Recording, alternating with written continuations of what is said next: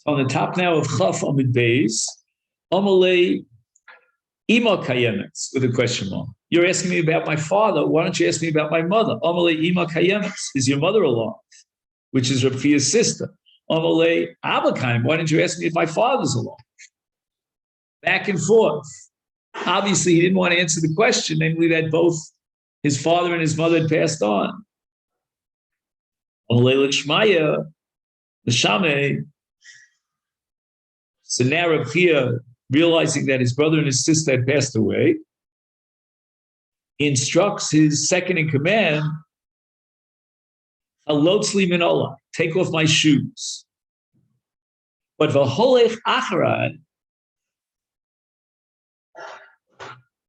Kelai, lebeis hamerchos. And then after you take off my shoes, I'm on the way to the bathhouse, which means two things. Number one, that in a shmur rechoka, all you need is 1 day of Avelos. And not only that, you don't even need 1 day of Avelos because Bixas Hayom Kikulo.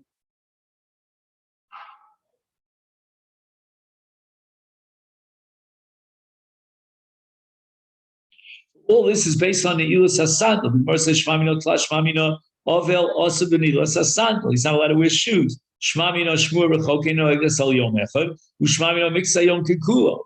This is so fascinating. You have 1 day of Avelos, and you're going to say Miksa Yom Kikulo.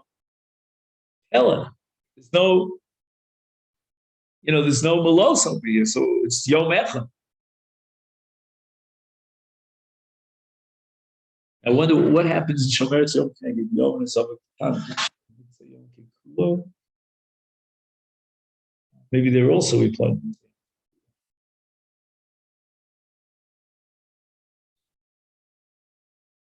In any event, we see clearly that we're going to accept the halacha like Rabbi Akiva, that in a Shmur Rechoka, it's 1 day of Avelos, which is against Rabbi Chia, who was possibly like the Chachamim, that even in the case of a Shmur Rechoka, you need a full Shiva. So when it says Rabbi Chia L'chud, Rabbi Achia L'chud. So there's Chia and Achia. So what we've been dealing with before is Rabbi Achia, and he's of the opinion that we pass like Chacham that even in Shmur Rechoka you need Shiva and Shloshim. However, Rabbi Chia, who's a different person, and that's Rab's uncle, he's of the opinion that we pass like Rabbi Akiva, and Shmur Rechoka requires just 1 day of Avelos. Amar Rabbi Yossi bar Ovid, Shama Shmua Krova Berege. So on Yontif, he found out that he lost one of his relatives. But by the time he would begin his Avelos, which would be after Regel, it was already a Shmur Rechoka, because 30 days had passed since the death of his relative.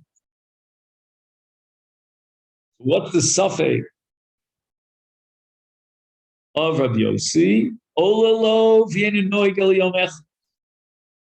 Should we say that since the regel itself is Ola l'shloshin, that was our maskana,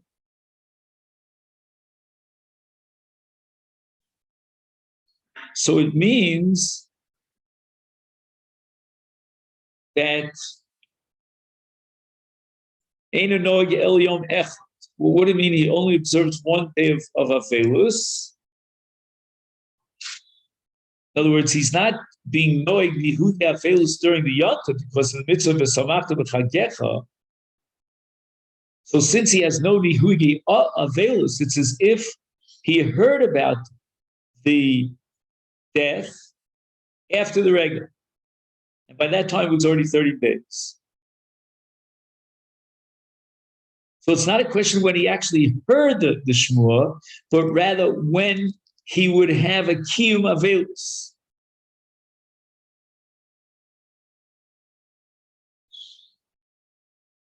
And in this case, there was no kiyum aveilus whatsoever. And therefore, says Rabbi Yossi, becomes a shmur rechoka. Funny Rabbi Ada, Devin Kisri, Kami Rabbi Yochanan, Shoma Shmur Krova, B'Shabbos, Ulemotzoi Shabbos Nasis Rechoka. So I guess we're talking about a case where Shabbos was day 30 since the Kfura, right? So in that case, since it was day 30,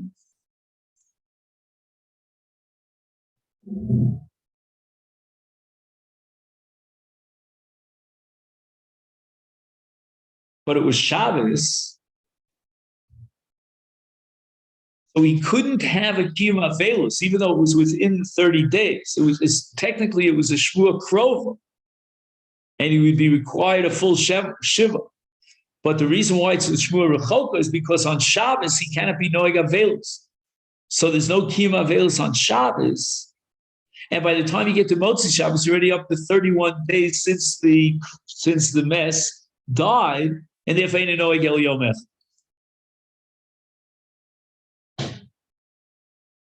And that's a big chiddush because there is avelus on Shabbos, but just not b'far hesya. Korea o eno korea. In the case of a shmur rechoka, is there kriya? In other words, what's machayev kriya? Is it the shmua, or is the kriya part of avelus? Rabbi Mani Omar eno korea. Rabbi Chanina Omar korea.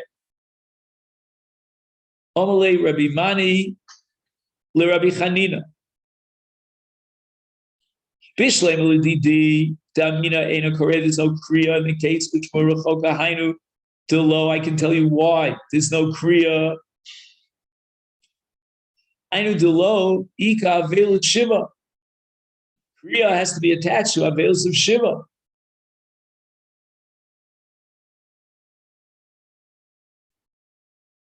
And here we're talking about a shmur rechoka, and there's no avelus of shiva.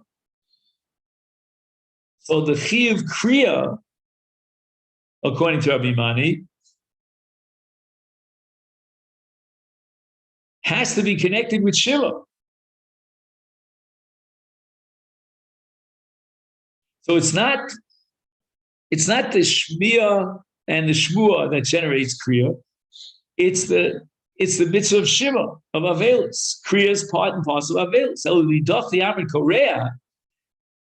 But you're saying that this kriya below shiva mi'ika, is there really kriya without shiva, without avelus?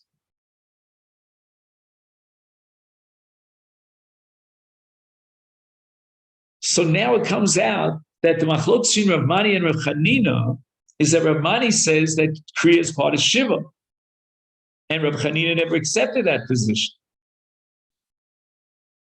The Gemara is going to ask a kasha on Rav Mani. You're telling me that there's no such thing as kriya without shiva below. Vatani isi avua de Rabbi Zera. The Amalei, according to another tradition, it was avua de Rabbi Zera. So it's either the father of Rabbi Zera or the brother of Rabbi Zera, coming to Rabbi Zera, and they taught the following halacha: Misha ein lo choluk likroa. He has no garment to rip. For example, he borrowed someone's clothing, so he's not allowed to tear their clothing. That's what some people do when they go to the kotel, they borrow. So Misha ein lo choluk likroa. But v'nizdami lo b'toch Shiva, in the middle of the 7 days of Shiva, he comes across a chaluk, his own chaluk. Korea. He's chayiv in kriya.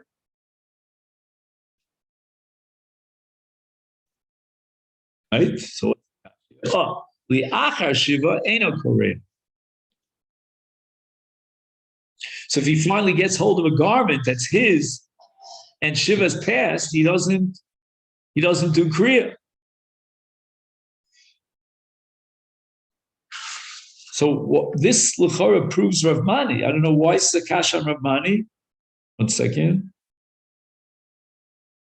Rav Mani was the one who said that what? That you have to connect Kriya to Shiva. Here's a case of Nizdamilo b'toch Shiva, Korea, Lachar Shiva, ain't a Korea.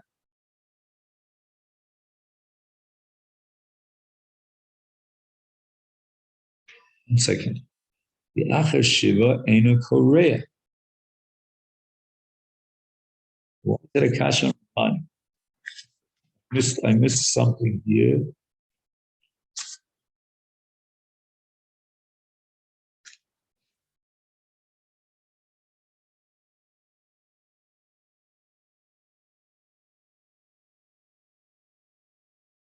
I think, let me try to suggest something. Rav Mani holds you need the full 7 days of a Kiyum Avelus of Shiva in order to be Machayev you in Kriya.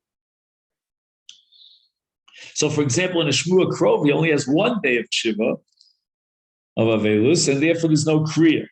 That's the Shmua Rechoka. Now, what about a case in which he couldn't do Kriya at the beginning of Shiva?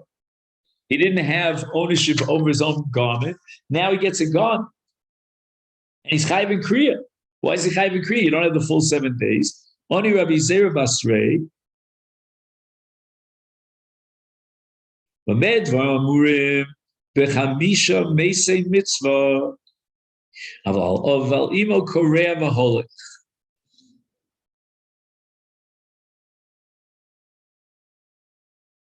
So if he loses one of his 5 relatives, other than father and mother, he lost a brother, he lost a sister, he lost a child, he lost a daughter, or a son, or a wife. In all those cases, there's no Kriya without Shiva. But in the case of V'imo, there is Kriya, even though there's no Shiva.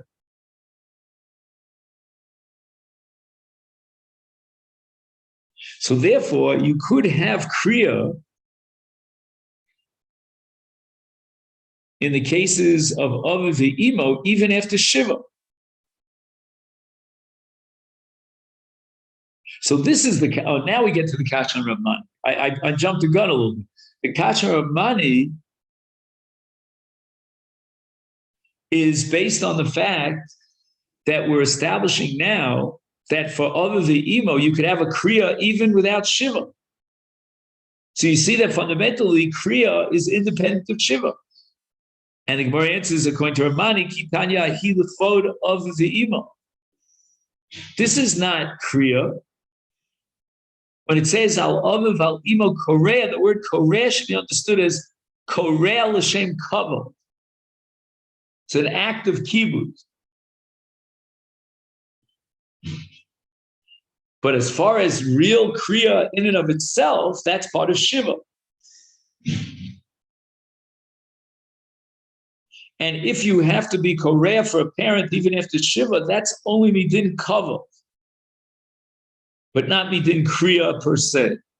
Tan Rabbanan, we learned in the Brisa, kol ha'omur beparshas kohanim shekoim metami lahen is oval misabel aleihem. So which relatives generate a chiv, with their death generate a chiv? Let's take a look in the parsha in the Emor, where the Torah tells you which relatives the Kohen is allowed to be metami. It's even obligated to be metami in order to bury the dead. Eluhem, Ishto, Aviv, Imo, Achiv, Achoso, Beno, Ubito. Osifu Aleim, Achiv, Ve'achosa, Besula, Me'imo.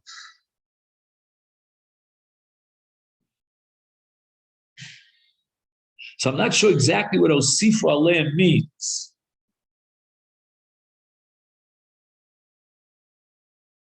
I mean, I know how to translate the words Osifu Aleim, but it means that even though these are not mentioned in the Parsha Emor as far as Tumas Kohanim is concerned, nevertheless, the Rabbanan hold that here too, you have an Avelus of Shiva Yom. But that's only achosa psula me'imo. V'achosa nesua bein me'ov bein me'imo.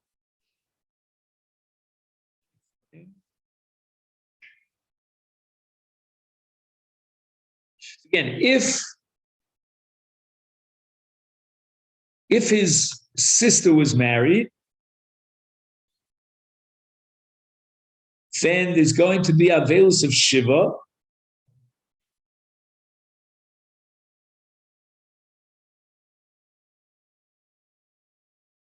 But if his sister was not married, then there's only going to be shiva if it's achoso me'imo.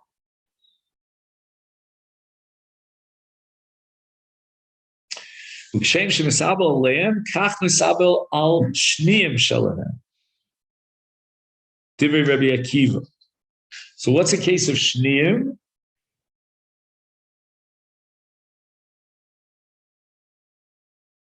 Shniyim always means the same relative, but one generation either earlier or later. So if you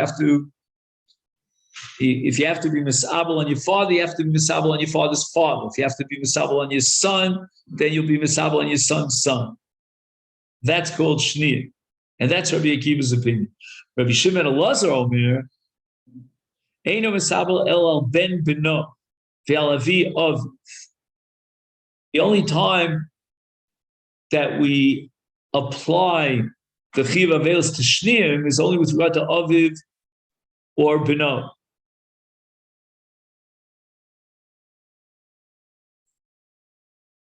The Chacham Omrim kol misabel ol misabel imo.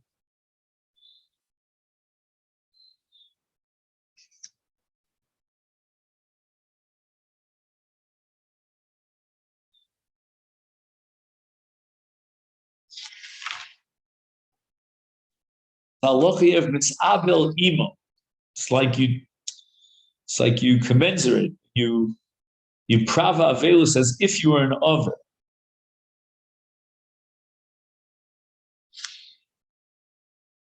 And I think the Chacham are referring even to his father's father or his son's son.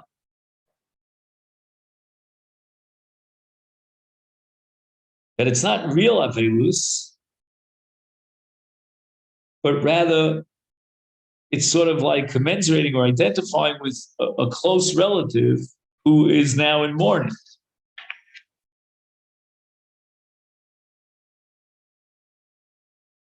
So now what's the difference exactly between real avelus and misabel imo? Chacham hainu tanakama, ikebeinayu imo bebayis. In other words, if the word imo and you commensurate with the avel, like let's say your father is sitting shiva for his father, which is your grandfather, then your avelus, according to the Chachamim, is not real avelus. It only applies in the same bias, in the base of it, where your father is sitting shiva for his father.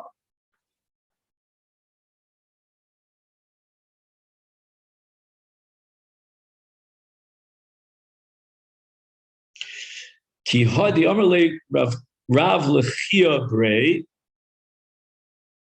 v'chein amar Rav, amarle Rav Huna l'Rav Brei, the apa nahog avelus.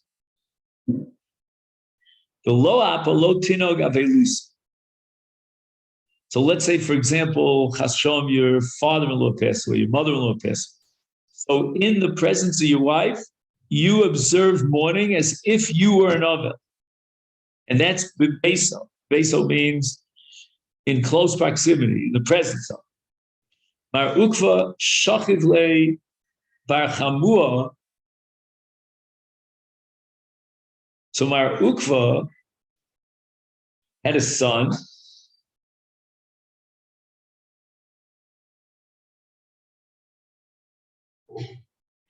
and he lost his brother-in-law. Savar lemesiv alei shiva ushloshim.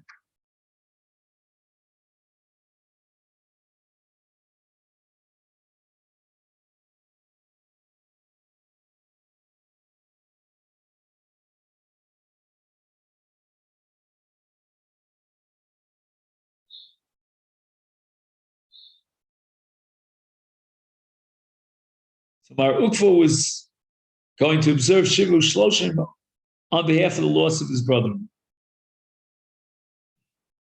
So Rav Huna goes to visit him. He finds him in a state of Avelus. Amalei Sud Naisa Bois Lemecha. He asks him, are you interested in eating what's called the Sudas Havra, the first meal after you come back from the cemetery, after the burial of your dead? So he was making fun of him as if to say, oh, you enjoy that Su'ud. That's why you want to Prava Avelus.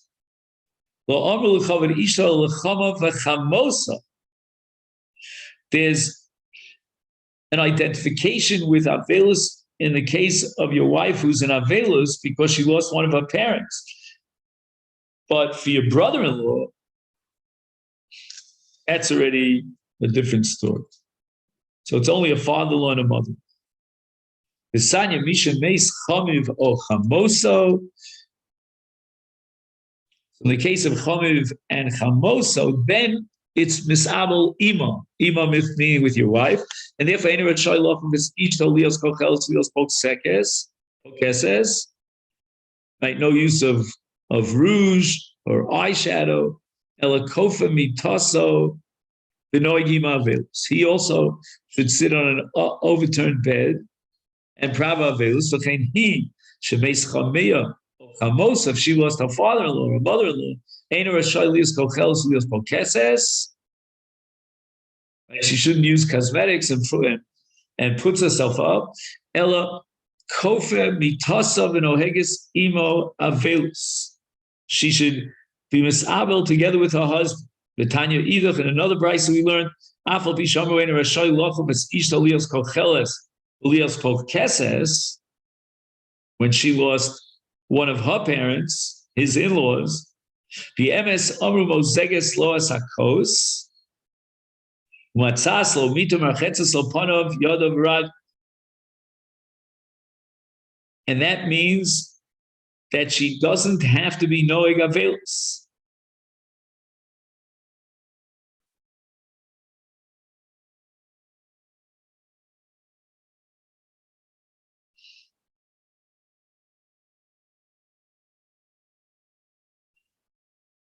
Kashana Dodi. The first brisa states that a husband must also observe Shiva for his wife's parents, his in-laws. The second brisa speaks of a wife who's observing Shiva, and she's making a husband's bed, washing his face, his hands, and his feet. And that implies that her husband himself is not observing Shiva.